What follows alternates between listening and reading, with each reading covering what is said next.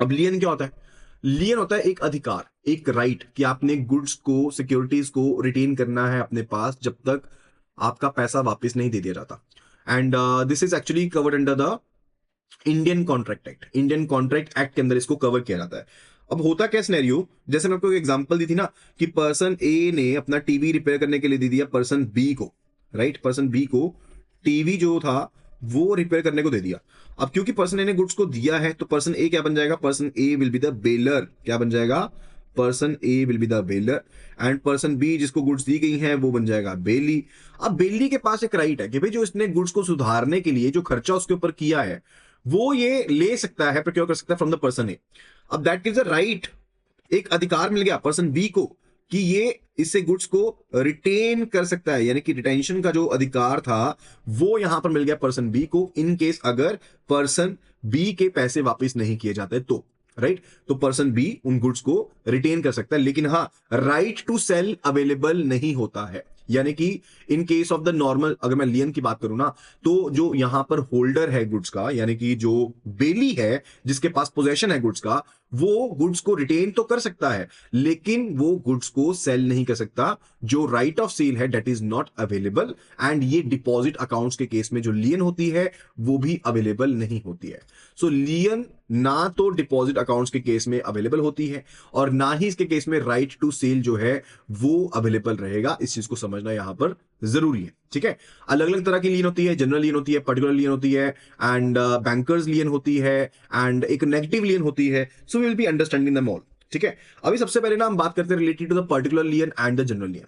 अब पर्टिकुलर लियन होती है जो किसी स्पेसिफिक गुड्स को लेकर अवेलेबल होती है and that is a particular lien, ठीक है? यानी कि सिर्फ और सिर्फ जो एक स्पेसिफिक गुड्स है, सिक्योरिटीज है, उनको लेकर के जो लियन अवेलेबल है that is a particular lien. उसको हम क्या कहते हैं? We say that lien to be the particular lien, ठीक है? तो वो होती है पर्टिकुलर लियन।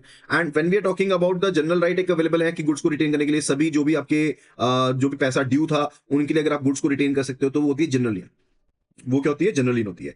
यानी कि पर्टिकुलर लियन सिर्फ और सिर्फ एक पर्टिकुलर डेप्ट को कवर करेगी जबकि जनरल लियन सभी डेप्ट्स को कवर कर सकती है। सो जो भी बैंकर्स हैं, फैक्टर्स हैं, वारफेयर्स हैं, उनके लिए या पॉलिसी ब्रोकर्स हैं, हाई कोर्ट अटॉर्नीज हैं, उनके पास ये जनरल लियन का राइट अवेलेबल रहता है। So that is a major difference between the particular lien and the general lien. यानी कि in case of the particular lien जो क्रेडिटर है उनको राइट मिलता है कि वो गुड्स को अपने पास रिटेन कर सकते हैं in concern of the specific dues only. सिर्फ उस लोन के लिए, पर्टिकुलर डेट के लिए रिटेन कर सकते हैं अपने पास, किसी और लोन के लिए वो गुड्स को अपने पास रिटेन नहीं कर पाएंगे। जबकि in case of the general lien आप किसी भी डेट के लिए जो गुड्स है उनको अपने पास रिटेन कर सकते हो। That is the case of the general lien, उसको हम जनरल लियन का नाम दे देते हैं। क्लियर है? Further it's related to bankers lien. Banker lien नाम से पता लगता है जो राइट बैंक के पास अवेलेबल है कि भाई बैंक रिटेन कर सकता है गुड्स को, उसको क्या कहते हैं? बैंकर लियन कहते हैं, ठीक है? अब बैंक वहां पर गुड्स का, सिक्योरिटीज का जो पोजेशन अपने पास रिटेन कर सकता है जब तक जो डेप्ट ड्यू हुआ था वो पे नहीं किया जाता। एंड बैंकर लियन जो होती है ये एक इंप्लाइड प्लेज होती है। बैंक लियन जो होती है वो इंप्लाइड प्लेज होती है, यानी कि बैंक जो है वो यहां पर सेल भी कर सकता है। Bank can also be selling the goods, आगे बेच भी सकता है। अदरवाइज अवेलेबल नहीं लियन के केस में राइट टू सेल, लेकिन इस केस में अवेलेबल है, ठीक है? इस केस में जो सेलिंग का राइट है वो अवेलेबल होता है। वो एक बैंकर्स की जो जनरल लियन है वो अधिकार देती है बैंक को कि बैंक डेटर की प्रॉपर्टी को सेल कर सकता है। Is that clear? ये चीज को समझना जरूरी है। एंड इस केस में कोई भी लिमिटेशन पीरियड नहीं होता। अगर गुड्स आपके पास है तो कोई लिमिटेशन पीरियड नहीं है। लिमिटेशन का मतलब होता है कि आप कानून के तहत कब तक उस चीज को आजमा सकते हो, तो वहां पर कोई भी लिमिटेशन नहीं है। अदरवाइज अगर हम देखें ना इन जनरल, अगर कोई लोन दिया गया, ठीक है, तो उसका लिमिटेशन होता है 3 साल का। अगर 3 साल के अंदर अंदर उसने पर्सन ने पैसा वापस नहीं किया, कोई डॉक्यूमेंट साइन नहीं किया, कोई पैसा जमा नहीं करवाया, कोई डेप्ट एक्नॉलेजमेंट लेटर जिसको हम कहते हैं या फिर रिवाइवल लेटर कहते हैं, किसी भी नाम से आप जान सकते हो, या बैलेंस कंफर्मेशन लेटर होती है, आपने उनको साइन नहीं करवाया तो ऑटोमेटिकली क्या होता है? लिमिटेशन खत्म हो जाती है 3 साल में, ठीक है? इन जनरल अगर वो लिमिटेशन खत्म होगी फिर आप कानून के पास नहीं जा सकते कि भाई हमें हमारा पैसा वापस लेके दो, वो चीज फिर पॉसिबल नहीं होती है, ठीक है? तो वो होती नहीं है, that is not present in case of the lien. Banker lien के केस में वो चीज है ही नहीं, अवेलेबल ही नहीं, यानी कि कोई लिमिटेशन पीरियड होएगा ही नहीं, ठीक है? एंड ओनरशिप जो होती है वो रिटेन रहती है, यानी कि कस्टमर के पास ओनरशिप रहेगी लेकिन बैंक के पास जो पोजेसरी राइट्स है, पोजेशन का जो अधिकार है वो बैंक के पास रहने वाला है, राइट?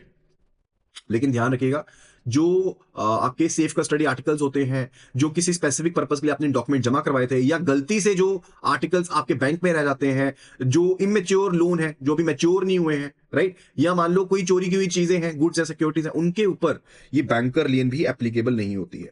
सो जब बैंकर लियन अप्लाई होगी तो right to sell will be available. जो राइट टू सेल है वो अवेलेबल है, एक शेयर्ड राइट रहता है, right, factors, high court attorney, इनके पास ये राइट अवेलेबल रहता है।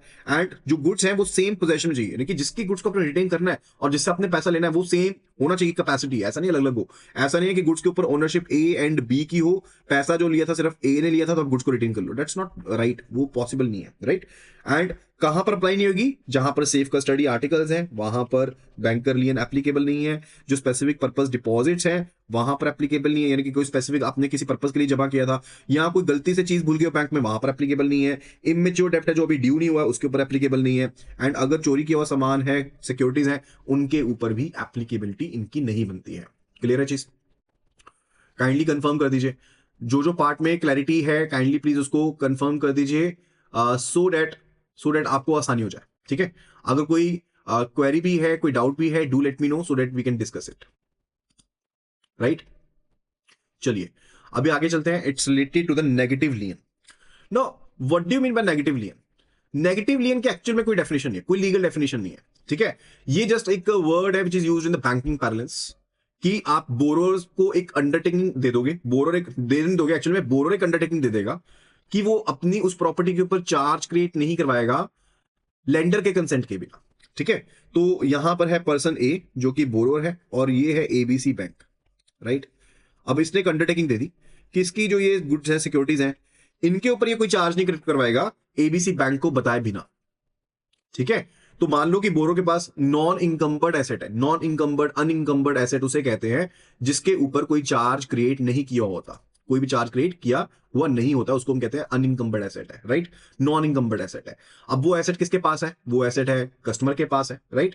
अब वो बेसिकली लेट से चार्ज तो उसके ऊपर क्रिएट है नहीं है, अब वो किसी भी तरह से डील कर सकता है, उसको बेच भी सकता है। अब इस अधिकार को रिस्ट्रिक्ट करने के लिए कि बोरोर उस चीज को बेच ना पाए, अब बोरो के पास एक गुड्स है, उसका ऊपर राइट है ना कभी बेच दे। अब देखो बैंक कहता है भाई ऐसा ना हो कि आप बेच दो, आप एक अंडरटेकिंग दे दो हमें कि आप इसको बेचोगे नहीं हमारी इजाजत के बिना। अब इसका करने के लिए बैंक रिक्वेस्ट करता है कस्टमर को कि भाई आप एक अंडरटेकिंग दे दो कि ना तो आप इस एसेट को बेचोगे, ना तो आप इसके ऊपर कोई चार्ज क्रिएट करवाओगे, एंड अगर आप ऐसा करना चाहते हो तो जब तक आपका ये लोन चलता रहेगा हमारे पास, आप हमसे परमिशन लेना, हमारी परमिशन नहीं होगी तो आप नहीं कर पाओगे, ठीक है। तो इस तरह की जो अंडरटेकिंग ऑब्टेन की जाती है ना, इसको हम कहते हैं नेगेटिव लियन। तो एक ये पर्सनल एश्योरेंस है। जो नेगेटिव लियन होती है, this is actually nothing but a personal assurance. एक तरह से एश्योरेंस है, किसकी तरफ से? कस्टमर की तरफ से एक पर्सनल एश्योरेंस है, अंडरटेकिंग है, जो एक बाइंडिंग इफेक्ट होगा, राइट। लेकिन बैंक के पास कोई अधिकार अवेलेबल नहीं है कि लीगली बैंक चल पाएगा इन केस अगर कोई डिफॉल्ट हो गया तो। हाँ, बस ये है कि वो उस प्रॉपर्टी को सेल नहीं कर पाएगा, वो अंडरटेकिंग उसने दे दी, नथिंग एल्स, और कुछ भी नहीं है। क्लियर है? यहां तक का पार्ट क्लियर है? अब ध्यान से समझना इस चीज को। when we are talking about the lien when we are talking about the lien, ठीक है, तो एक हमने लियन के बारे में पढ़ा about the general lien, one lien we talked about the general lien, जहां पर क्रेडिटर के पास अधिकार है कि वो गुड्स को रिटेन कर सकता है, that can be retaining the goods, right. लेकिन उसमें राइट टू सेल जो था वो अवेलेबल नहीं था, ध्यान रखिएगा, राइट टू सेल अवेलेबल नहीं था। फाइनेंशियल सिक्योरिटीज के केस में अवेलेबल थी। And when we are talking about the bankers lien, bankers lien को इंप्लाइड प्लेज कहा जाता है, जो कि बैंक्स के केस में, हाई कोर्ट अटॉर्नीज के केस में, ठीक है, उन केस में अवेलेबल है। एंड उस केस में राइट टू सेल जो रहता है, in case of the bankers lien, right to sell जो है वो अवेलेबल रहता है, that is actually available. Ownership debtor के पास रहेगी, बोरो के पास रहेगी, वो कोई दिक्कत वाली बात नहीं है। एंड नेगेटिव लियन जो है that is just an undertaking. Negative lien जो होती है वो सिर्फ और सिर्फ एक अंडरटेकिंग है, किसके द्वारा? बोरोर के द्वारा। एक प्रॉमिस है कि भाई आप अपनी प्रॉपर्टी के ऊपर चार्ज नहीं क्रिएट कराओगे, आप अपनी प्रॉपर्टी को सेल नहीं करोगे जब तक आपका ये लोन हमारे पास चल रहा है। तो एक रिस्ट्रिक्शन पड़ जाती है, so there is just a restriction, ठीक है। तो एक रिस्ट्रिक्शन है किसके ऊपर?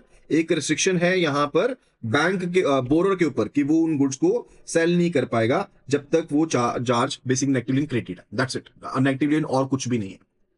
Negative lien is nothing more then